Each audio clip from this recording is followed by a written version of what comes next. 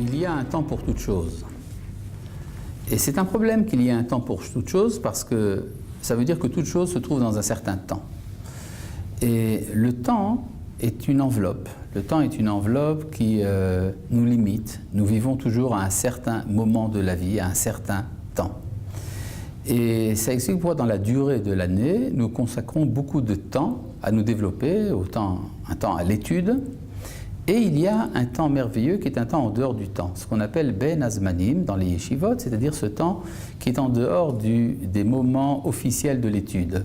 En général, dans la région de Pessah, après Tisha B'Av, un peu à l'époque de Sukkot, il y a des moments qui sont appelés de manière très judicieuse Ben Azmanim, c'est entre les temps. Ça veut dire qu'il y a des moments où nous sortons de nos habitudes et c'est là que commence l'étude véritable. L'essentiel de l'étude, en fait, peut se résumer dans ces moments qui sont entre les temps officiels de l'étude. Parce que c'est le moment où, d'une part, chaque homme se rencontre avec lui-même. J'ai étudié pendant tout l'hiver. Qu'est-ce que ça m'a fait? Qu'est-ce que je suis devenu? Où est-ce que j'en étais? Qu'est-ce que je suis devenu? Je ne peux pas le savoir tant que je suis dans le temps officiel de l'étude. À partir du moment où j'arrive dans une bulle libre, c'est à ce moment-là que je découvre véritablement qui je suis. Alors on peut effectivement avoir peur du Ben Azmanim, et souvent dans les yeshivot on dira « faites bien attention à ce qui peut vous arriver pendant les vacances ». Mais dans ce cas-là, pourquoi donc avoir institué le Ben Azmanim? On pourrait simplement supprimer tout simplement les vacances.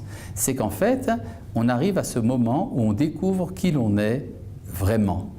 Et à ce propos, le prophète Yirmiyahu a dit déjà que viendra un temps où on n'apprendra plus l'un de l'autre. Lo elamdu ishet re'ehu. Chacun apprendra chez lui-même. Eh bien, il y a un peu de ça dans le temps appelé Ben Azmanim, où on apprend de soi-même, de ce que l'on est devenu grâce à l'étude du temps de l'hiver ou du temps de l'été. Au niveau de l'histoire tout entière également, c'est la même chose.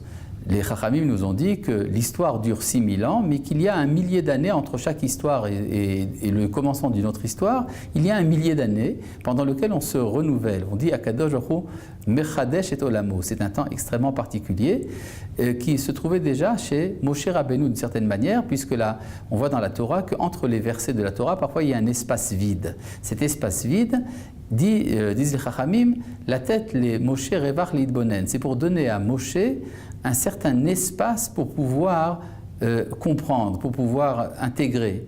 Et donc, il faut se réjouir de l'existence du Ben Azmanim, pas parce que c'est un moment où on peut se reposer, ce qui est tout à fait normal, un temps où on peut faire d'autres choses, ce qui est tout à fait normal, mais c'est un temps où on découvre la véritable étude, celle que l'on a entre soi-même et soi-même.